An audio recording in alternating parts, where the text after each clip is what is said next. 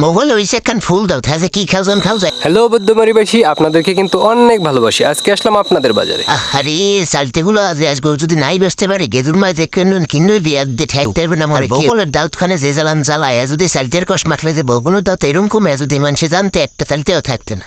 আজকে বেল্টে উঠছে এমন জায়গায় দেয় হ্যাঁ এককালে মোট বেল্ট তাক পাশাই এমন পরে মানুষে বসবে কি বেল্ট দিয়ে উঠে উঠছে। হুন্দুরের ফল লই আইসি ব্যস্তে হুন্দুরের ফল একই চুলের মায় তো কিনবে না যেরম ধরা আয়না থই দিছি হেরম আর কি কেউ চেনে। হুন্দুরের ফল একটু ভাবে সবাই আসলে যে এতে পানি ফল এটা তো আর কেউ বোঝে না খালি যে রক্ত হয়। নে নে নে ফস করে নে নিয়ে ফস করে তাহাতে নামাজ পড়তে দাম নামাজ আগে হেড পরে ব্যবসা ব্যবসার জন্য ব্যবসার জায়গায় ব্যবসা থাকবে নামাজ তো যায় নামাজ পূজার জায়গায় ফস করে ধর ওই দিন নেই। আরে আমি তো এত যে কই ঠোঙ্গার ব্যবসা গঙ্গায় যায় খালি খালি কই না দেখো অবস্থা।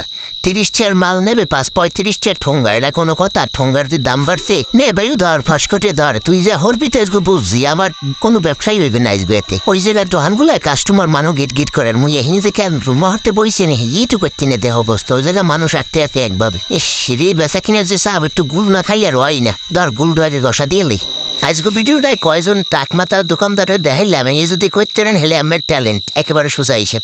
আর এই যে লোক এল যে বুদ্ধমারি বাজারে সবচাইতে বাইরের লোক মন্টুবার পানের দোকান হ্যাঁ কিন্তু ওইটু কিন্তু হ্যাঁ একটা গুত্তর ভিতরে হ্যান্ডেলায় হ্যাঁ নাহলে মাথায় চাল বাঁধে লম্বা মানুষ তো মাথায় চাল বাজে এদিন নে ওই তলে হ্যান্ডে এরপর বয় হ্যাঁ নাহলে জুই তো না বলে হ্যাঁ আমি দিগিলাম কয় না ভাই মাথায় চাল বাঁধে ওদিকে কামটা হয়েছে হন সৌদনামের মাইয়া বিয়ে হচ্ছে মুখে আকাশের ফোলা মন্টু এটা কোনো কথা দেখো অবস্থা।